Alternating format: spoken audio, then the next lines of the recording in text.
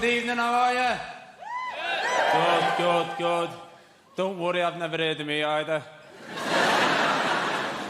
Gotta be honest with you, ladies and gentlemen, it's lovely to be here. For those who haven't yet worked out, I'm from Liverpool.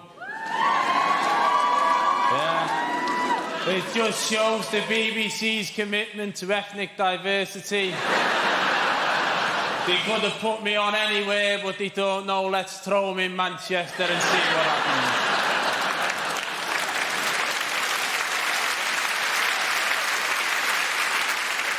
And thanks for that, thanks for the applause, because we have this rivalry between us, and it's unnecessary. Let's be honest, it's unnecessary. Between Liverpool and Manchester, what is there? Warrington. And let's be honest, before the Swedes built a shop, we didn't even know it was there.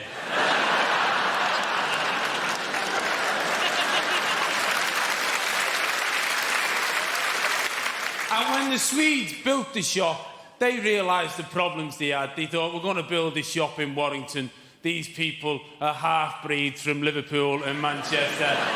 Let's make it easy. Let's show them which way to walk around the shop. If you ever go to Ikea and try to walk against the arrows, people scream at you. You can't just go to the marketplace. You've got to go through soft furnishing. Even if you don't want anything in soft furnishing, that's why all over the country, people are walking home with 4-foot snakes that they didn't want to buy. And you just buy stuff, don't you? Like we bought a new fridge. And we had a fridge. There was nothing wrong with the fridge that we had. It just wasn't massive. So my wife wanted a new fridge. She wanted a new silver fridge that's the size of a bungalow. So she wanted a new fridge, and because I liked sex, I said yeah.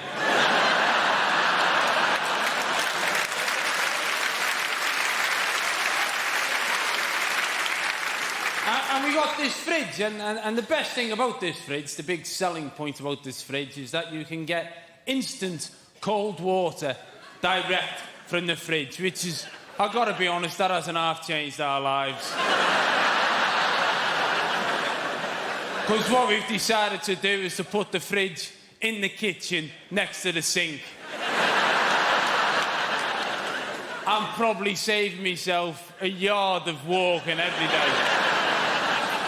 But what that meant is that we had the spare fridge. And there was a time when I was growing up that having a spare fridge was easy. What was that? Well, that was the joke, but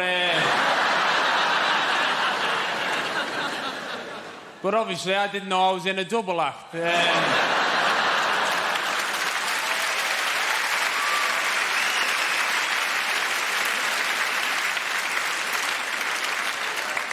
You know what you've just done then? When I walked out here, I had that same feeling that General Custer had. I looked around the room and thought, I'm from Liverpool, these are from Manchester, I'm outnumbered.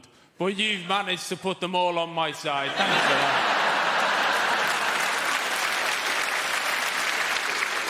Because you're not wrong, the garden's the best place. When I was growing up, that's where we put it. Let's be honest, we all would. If you had some spare white goods, they went in the garden. Just so you could show off to the neighbours. You could say, look, I've got a fridge I don't even use. Look at that. And we're doing that well, we've left the plug on it. That's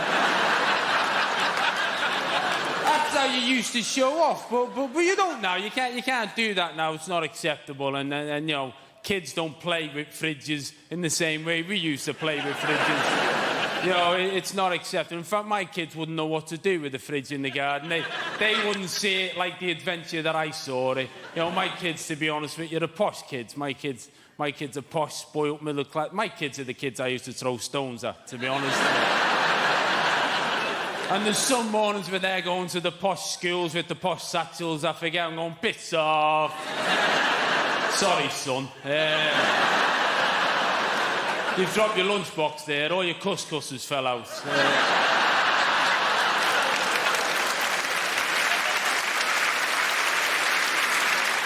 there's no point, there's no joy in leaving it in the garden. So what we did, I thought, I'll have to get rid of it. I don't know if anyone's tried to get rid of a fridge these days. It's a nightmare.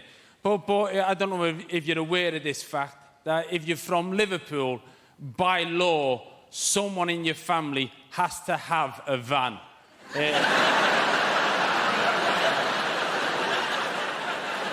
It's true. You ask any Scouts that you know, they know someone with a van. And so my brother already, he's got the family van. I phoned him up and said, I need the van. I've got to get rid of a fridge. So I took the fridge to the dump. Now, as I say, going to the dump used to be great. You could go to the dump and get rid of stuff. Now you go to the dump, you've got to pass an exam. I turned up at the dump, there's a fella there with a yellow vest and a clipboard who's done an MVQ in clipboard management.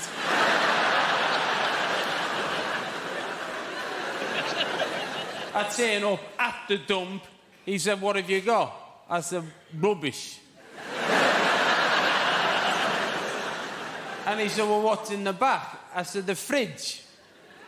He said, whoa, you can't bring that here. I said, why? He said, we've got an environmental policy now. You can't just bring a fridge here. I said, why not? He said, well, fridges have got fair-ons in. You can't just dump a fridge anymore. I said, well, what has to happen? He said, well, you'd have to phone us up. I said, and then what happens? He said, then we come and get it.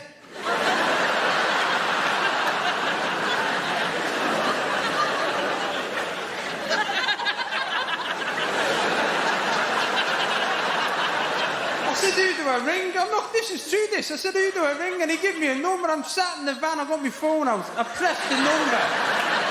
The phone in his hut rang.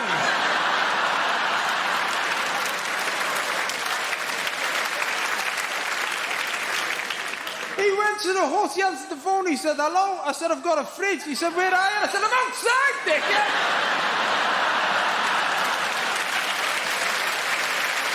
Ladies and gentlemen, you've been absolutely lovely. I've been John Bishop. Thank you, good night, God bless.